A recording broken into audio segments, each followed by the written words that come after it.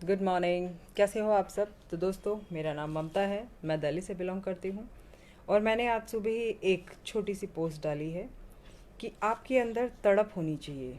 जो भी आपकी मंजिल है, जो भी आपका गोल है, उसके लिए आपके अंदर तड़प होनी चाहिए। क्योंकि किसी भी चीज़ के लिए सोच तो सभी लेते हैं। मेरे पास बंगला हो, गाड़ी हो, सोच तो सब लेते हैं, लेकिन जब तक उसको पाने के लिए आपके अंदर तड़प नहीं होगी, आप उसको कैसे अचीव करोगे? इसी को मैं एक छोटी सी कहानी से आपको समझाती हूँ। ये एक मूर्तिकार की कहानी है जो बहुत ही अच्छी मूर्तियाँ बनाता था। और उसकी मूर्तियाँ इतनी अच्छी, शार्प और सुंदर हुआ करती थी कि लोग उसकी बहुत तारीफ किया करते थे और काफ़ी पैसा भी मिलता था।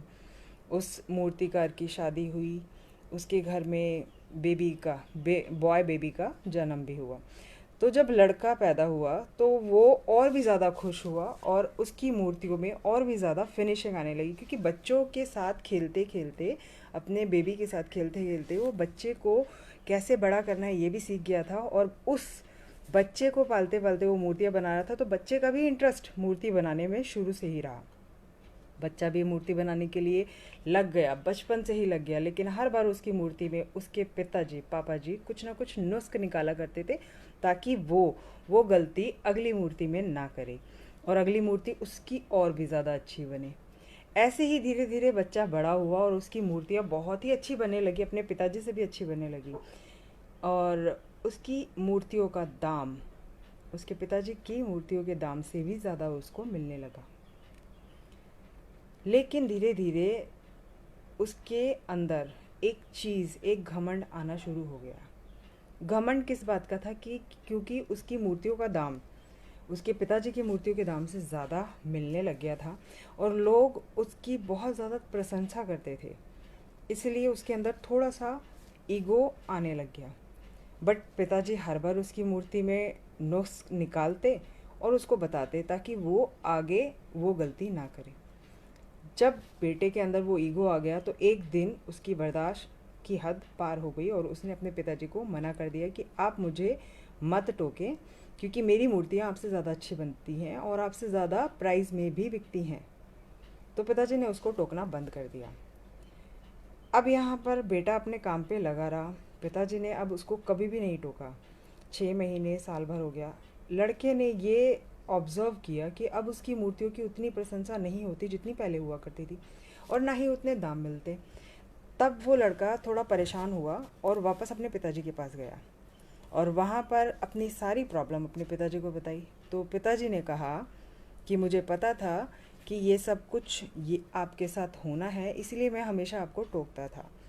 तब लड़के ने कहा कि जब आपको पता था ये सब मेरे साथ होना है, तो फिर आपने मुझे उसी समय क्यों नहीं कहा? तो पिताजी ने कहा, अगर उस समय मैं आपको समझाता तो आपको समझ में नहीं आता। आपने अपने अंदर के जो कलाकृति, जो एक इंसान था जो हमेशा सीखने की ललक रखता था, उसको ख़त्म करके उसको एक परफेक्ट इंसान बनाने के लिए तैयार कर दिया कि अब मैं परफेक्ट हूँ, मेरे अंदर कोई कमी नहीं है। जब आपने सीखने की इच्छा अंदर से ख़त्म कर दी, तब आपकी मूर्तियों में वो परफेक्शन आनी बंद हो गई। तो इसलिए हमेशा हमें सीखते रहना चाहिए, तभी हम ज़िंदगी में आगे बढ़ते रहेंगे। अगर हमने अपने आप को परफेक्ट मान लिया तो हमारी ज़िंदगी में, हमारे गोल में भी ठहराव आ जाएगा। तो कभी भी कोई परफेक्ट नहीं होता, सीखने की कभी उम्र नहीं होती और हमेशा हमें सीखते रहना चाहिए।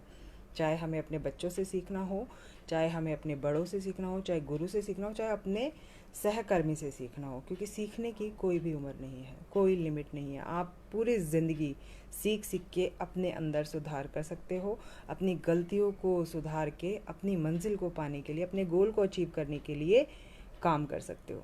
तो आज मैंने जो आपको समझाया है, जो मैंने एक लगाया था डीपी की, भाई तड़प होनी चाहिए किसी भी मंजिल को पाने के लिए, तभी आप अपने गोल को अचीव कर सकते हो। तो उसका सीधा सीधा यही एग्जांपल है। होप आप सबको समझ में आया होगा, और जिनको ये अच्छा लगा तो नीचे ज़रूर कमेंट करना, ताकि मैं दूसरी और अच्छी सी कहानी आपको बताऊं। और मैं नेटवर्क मार्केटिंग में भी काम करती हूँ, जिससे मुझे लोगों को समझाने में, बात करने में भी मज़ा आता है। तो जो मुझसे इंटरेस्टेड हैं बात करने के लिए, वो नीचे कमेंट बॉक्स में या मैसेंजर के थ्रू मुझसे बात कर सकते हैं। Thank you.